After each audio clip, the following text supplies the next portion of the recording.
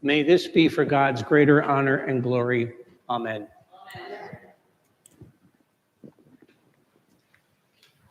I think it's important, after we've heard this reading from Luke's account of the Passion, to put it in some kind of context, to give it some kind of a sense of where it lies in history. It's about the year 30 AD. Pontius Pilate has been governor of the region of Judea and Palestine for about 2 years. His appointment by the emperor came in the year 28 AD, and he was transferred out of Palestine 10 years later in 38 AD. Now, when an emperor decides on appointing someone a governor, let's take Pontius Pilate, for example, because we know that name. There are certain preparations that take place before he goes to the place where he is to govern. He could have governed in Britain. He could have governed in northern France or in Germany or in Syria. But the emperor, Tiberius, decided to put Pontius Pilate in Palestine for a good reason. Pontius Pilate had a reputation of being absolutely ruthless. He would have killed his grandmother if he thought it had benefit for him. He was ruthless. When he went to their preparations for learning how to be a governor, he was told a very few things. Be firm. He had no problem doing that. But don't be too cruel, because you can incite people to violence and to revolt. So rule with an iron fist, but know your limits. He was also told that if you watch a group of people in a procession carrying palms, look out. It's a very dangerous sign. And it goes back about 1.5 centuries before, when the Jews were rebelling against their oppressors, who at the time were the Greeks, not the Romans. The Romans hadn't come along yet to oppress, but it was the Greeks who were oppressing. Judas Maccabeus decided that he was going to stir up a rebellion and throw off the hated Greek oppressors. And he assembled an army, kind of a ragtag sort of militia, and they had whatever weapons they had, and they were trained kind of, not very well. But there were so many of them that he didn't know his own allies. He said, how am I going to tell these people apart? I can't tell my own people from the Greeks. So somebody gave him the idea, have all of your allies carry palms. They said, oh, okay. That's a good way to figure out who belongs to us and who doesn't. So if you didn't carry a palm, you were part of the enemy. If you carried a palm, then you were part of his recognized group of allies. That became a symbol for any kind of rebellion or revolt that was in the offing. And Pilate certainly understood the danger of watching a group of people carrying palms. So you all look very, very suspicious. You're all carrying palms. And that's how Pilate felt. That's what he thought. So it was small wonder that he had 3 times as many Roman soldiers in Jerusalem as he needed. The place was bursting with military. It was also bursting that week, that Passover week, with visitors coming to Jerusalem to celebrate the Passover. The crowds were so enormous in the city of Jerusalem that the rabbis had an idea.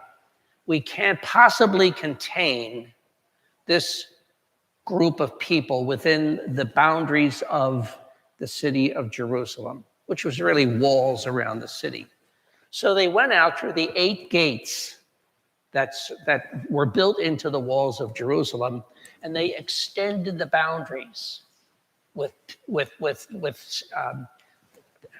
hammer and stakes and rope. And they kept expanding the boundaries of Jerusalem so that the pilgrims who were there, even though they weren't within the actual city of Jerusalem, they could say, well, we went to Jerusalem for Passover. And they technically would be right because the rabbis had drawn new boundaries. It was that big an event, and it was that politically charged an event that took place all around the time of the Lord's passion and death and resurrection. The story that we heard just now from Mark is pretty similar to the story that was first recorded by the gospel writer Mark. Mark was the first one to invent the literary form which we now call a gospel. Mark had never written anything like it, and yet when he did, and when Matthew and Luke and John saw how popular it was, they decided, I'm going to do the same thing. And so Matthew and Luke kind of looked over Mark's shoulder and copied down 50% of what Mark wrote. The other half they got from other sources. But it was such a popular idea, this proclamation of the Lord's times in a gospel form, that it became standard literary form. It so captured the imagination of the people, it was like watching a train wreck this last week of Jesus' life. They couldn't help but look at it. They couldn't help but stare at it. They couldn't help but take their eyes and just watch every moment that was happening. If you read Mark's account of the Passion, which was the first account written, it was probably written those 6 chapters, chapter 11 through chapter 16 of Mark. It was probably written within 5 years of the actual event. Why? Well, because the eyewitnesses were all dying. And Mark was getting a little nervous, thinking, if we're going to memorialize this story of Jesus' passion, death, and resurrection, we better get to work quickly, because all of the people who were there who watched what was happening are getting old, they're getting forgetful, and they're dying. And so he sat down with all of them. Just imagine all of you. You were all there. You all watched what happened to the Lord. You may have even been at some of his other special events, like the wedding feast of Cana. You were at the wedding feast of Cana. You saw what was going on. You saw that he took all of that water and turned it into the best wine they ever had. What a party that was. And goes on and on with all of these recollections and all of these remembrances of what happened to the Lord during his life. Mark was there, and he wanted to make sure that he captured every last detail of that last week of Jesus' life, from Palm Sunday to Easter Sunday.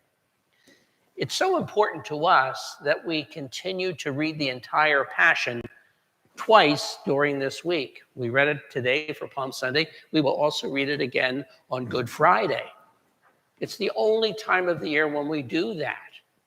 And the reason for it is because it so captivates what we know of the Lord's life and death and resurrection that we need to keep telling the story again and again and again. This is the holiest week of the year, no question about it. We will continue to celebrate the Lord's Passion on Good Friday, on Holy Thursday, first of all, the institution of the Eucharist and the washing of hands.